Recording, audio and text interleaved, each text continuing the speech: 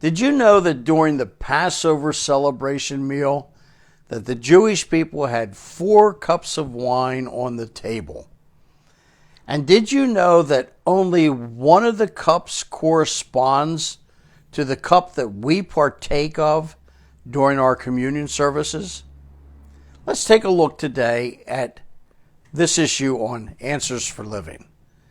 During the Seder, there were 4 cups, and each of these cups stood for one of the 4 I wills in Exodus chapter 6, verse 6 and 7. Cup number 1 was the cup called the cup of sanctification, and it corresponded with the verse that says, I will bring you out of the burdens of the Egyptians. When Jesus was with his disciples at the Last Supper, Jesus literally blessed the first cup in Luke 22.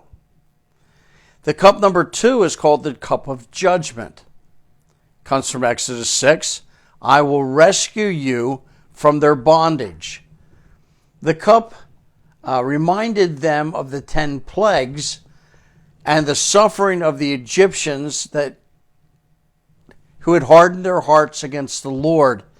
And in order to not rejoice with the sufferings of their enemy, they would pour some of the wine of that cup onto the floor as they recited the 10 plagues, just to remind them they shouldn't rejoice over the suffering of the Egyptians.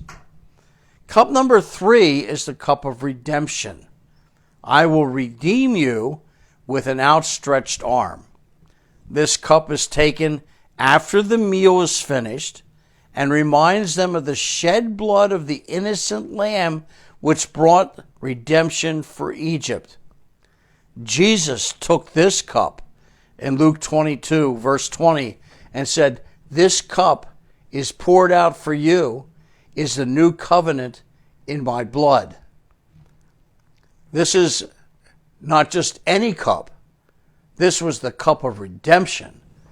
This is the cup of communion that we take on the Lord's Supper. Cup number 4 was the cup of praise. I will take you as my people. This cup is the cup of Hallel. Hallel means praise.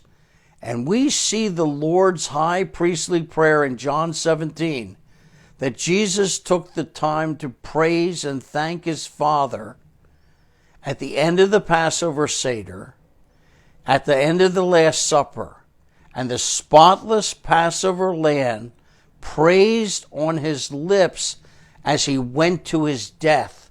And he said, for the joy set before me, I endure the cross.